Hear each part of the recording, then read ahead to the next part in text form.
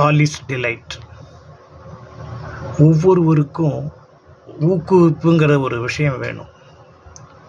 பள்ளியில் படிக்கிற பிள்ளைங்களுக்கு ஸ்கூலுக்கு போனால் அப்படியே தயங்கும். ஏன் அது தயங்குது? படிக்கணுங்கிறது அதனுடைய கடமை தானே. நாம் பெற்றோர்கள் என்ன பண்ணுவோன்னா, ஒரு மெஷின் மாதிரி எழுந்தையா, குளிச்சியா, ட்ரெஸ் பண்ணியா, யூனிஃபார்ம் போட்டியா, ஹோம்ஒர்க் எழுதுனியா, இப்படி அடுக்கடுக்காக அந்த பிள்ளைகளினுடைய மனதில் ஒரு டிப்ரெஷனை க்ரியேட் பண்ணுறோம். அந்த டிப்ரெஷனால் பசங்க ஸ்கூலுக்கு போகணுன்னாலே கஷ்டப்படும். அது மாத்திரம் இல்லை, ஸ்கூலுக்கு போன உடனே அங்கே இருக்கக்கூடிய மிஸ்ஸுங்க அவங்க நடவடிக்கைகள் சில குழந்தைகளுக்கு பிடிக்கவே பிடிக்காது. அப்படிப்பட்ட ஒரு சூழ்நிலையில் அந்த குழந்தைகளுக்கு படிப்புங்கிறது கவனம் இல்லாமல் போயிடும்.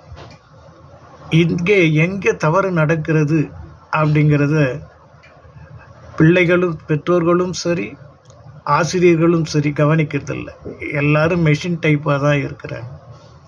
ஆகவே பிள்ளைகளினுடைய நோக்கம் அறிந்து, பிள்ளைகளினுடைய தடுமாற்றம் எங்கே இருக்குதுன்னு புரிந்து, அதன் பிரகாரம் நாம் செய்தோம்னா எந்த குழந்தையும் இந்த விண்ணை ஆளும். செய்து பார்ப்போமா? எல்லாம் என்பமயம்.